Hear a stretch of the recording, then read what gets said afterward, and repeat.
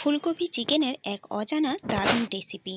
বন্ধুরা, যদি কখনো না বানিয়ে থাকেন এইভাবে, তাহলে একবার রিকোয়েস্ট করব এই রেসিপিটা বানিয়ে দেখার জন্য। জাস্ট অসম্ভব লাগে রুটি, লুচি, পরোটা, এমনকি ভাতের সঙ্গে।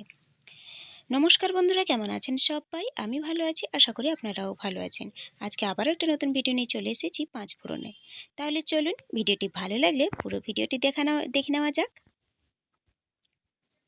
প্রথমে আমি এখানে সমস্ত উপকরণ নিয়ে নিয়েছি। ফুলকপি নিয়েছি আর চিকেন নিয়েছি। ফুলকপিটাকে এরকম একটু বড় বড় করে আমি কেটে নিয়েছি। এক্ষেত্রে কিন্তু ফুলকপিটাকে একটু বড় করে রাখতে হবে।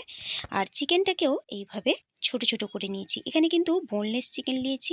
এখানে হাড়যুক্ত মাংস নিলে কিন্তু রান্নাটা ঠিকঠাক হবে না, বা চিকেনগুলো ঠিকঠাক সেদ্ধ হবে না। তাই অবশ্যই বোনলেস চিকেন নেওয়ার চেষ্টা করবেন।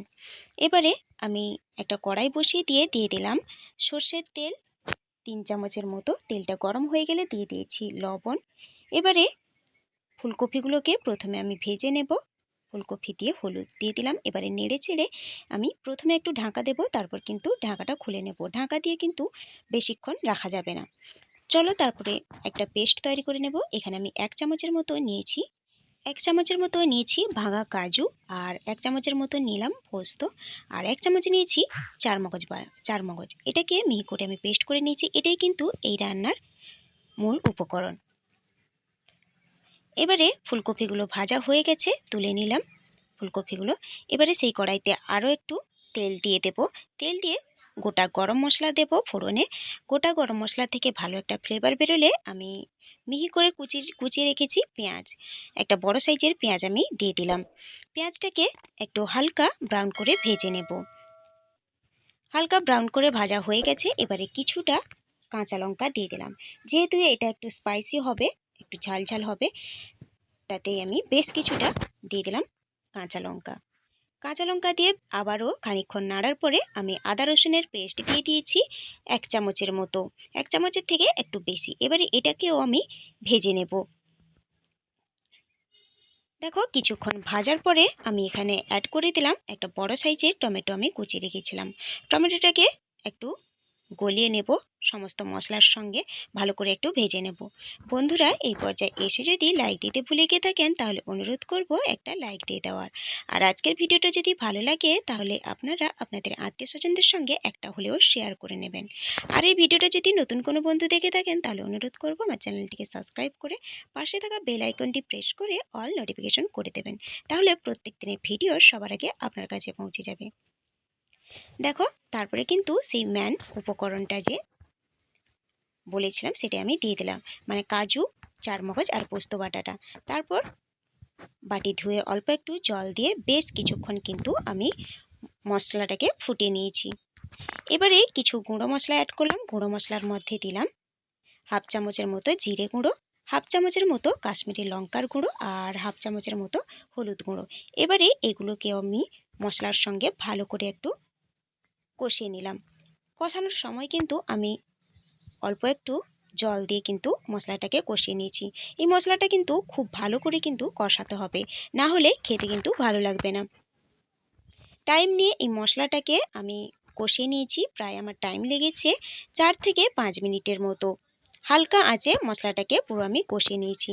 এবারে মশলার থেকে ভালো করে তেল ছেড়ে এলে আমি চিকেনটাকে অ্যাড করে দেব। চিকেনটাকে আমি ভালো করে নেড়ে চেড়ে নেব। আমি এই পর্যায়ে কিন্তু লবণ অ্যাড করিনি। লবণটা দিলে কিন্তু প্রথমেই জল বের হবে, তাই আমি লবণটা একটু পরে অ্যাড করব। দেখো, কিছুক্ষণ কিন্তু আমি ভালো করে মশলার সঙ্গে চিকেনটাকে কষিয়ে নিচ্ছি। এবারে বেশ কিছুক্ষণ কষানোর পরে আমি অ্যাড করে দিলাম ভেজে রাখা ফুলকপি। ফুলকপি দিয়েও আমি ভালো করে এবারে হালকা আঁচে কষাতে থাকবো। বন্ধুরা, এই রেসিপিটা যদি কখনো না বানিয়ে থাকেন, তাহলে অনুরোধ করব একবার বানিয়ে দেখার। জাস্ট অসম্ভব লাগে এই রেসিপিটি। দেখো, আবারও অল্প একটু জল দিয়ে আমি কিন্তু এটাকে কষাতে থাকবো। আর এই ভিডিওটা যদি কোনো বন্ধু ফেসবুক থেকে দেখে থাকেন, তাহলে অনুরোধ করব আমার চ্যানেলটিকে ফলো করে লাইক, শেয়ার, কমেন্ট কিন্তু অবশ্যই করে দেবেন। দেখো, এই পর্যায়ে কিন্তু আমি লবণটা অ্যাড করলাম। এতক্ষণ কিন্তু কোনো রকম লবণ আমি অ্যাড করিনি। এবারে ভালো করে টাইম নিয়ে কিন্তু এটাকে কষাতে থাকতে হবে। ফুলকপি শীত চলে যাওয়ার আগে কিন্তু ফুলকপি দিয়ে এই রেসিপিটা একবার বানানোর রিকোয়েস্ট করব। দেখো খুব ভালো করে কিন্তু কষানো হয়ে গেছে। এবারে আমি জল অ্যাড করে দিলাম। আর কিন্তু কষানো হবে না, আর একটু জল লাগবে, যেহেতু আমি এটা খুব বেশি জুসও হবে না আর শুকিয়েও ফেলবো না, একটু গায়ে গায়ে মাখো মাখো থাকবে সেই রকম জন্যে আর রাখবো জন্যে আর একটু জল দিয়ে দিলাম। জল দেওয়ার পর হাফ চামচের মতো শাহি গরম মশলা আমি এখানে অ্যাড করে দিলাম। এবারে গরম মশলাটা দিয়ে আমি একটু নেড়ে চেড়ে ভালো করে ফুটিয়ে নেব। এই রেসিপিটা কিন্তু খুবই সুন্দর লাগে। আর আরও একটু স্পাইসি করার জন্য আমি কিন্তু এখানে লেবু একটু দিয়ে দিলাম। লেবুটা দিলে কিন্তু একটু দারুণ টেস্ট আসে একটা। তারপর শেষ করব আমি অল্প একটু ধনেপাতা কুচিয়ে দিয়ে। ব্যাস, রান্নার কোনো আর বাকি থাকলো না। এটা কিন্তু একদমই শেষ। ফুটিয়ে নিয়ে আমি একটু নামিয়ে নেব। দেখো তৈরি হয়ে গেছে আমাদের চিকেন আর ফুলকপির এক অজানা রেসিপি। কতটা সুন্দর লাগছে দেখো বন্ধুরা। যতটা সুন্দর লাগছে তো দেখতে, তেমনই কিন্তু খেতেও কিন্তু দুর্দান্ত লাগে। আমি সার্ভ করে দেখাচ্ছি, দেখো কীরকম ঘনত্বে রেখেছি। এটা রুটি, লুচি, পরোটা, এমনকি ভাতের সঙ্গেও দুর্দান্ত লাগে। এক থালা ভাতও কিন্তু নিমিষেই শেষ হয়ে যাবে। তাহলে বন্ধুরা, আজকের ভিডিওটা কেমন লাগলো অবশ্যই কমেন্ট করে জানাবেন। ভালো লাগলে কিন্তু লাইক শেয়ার করে দেবেন।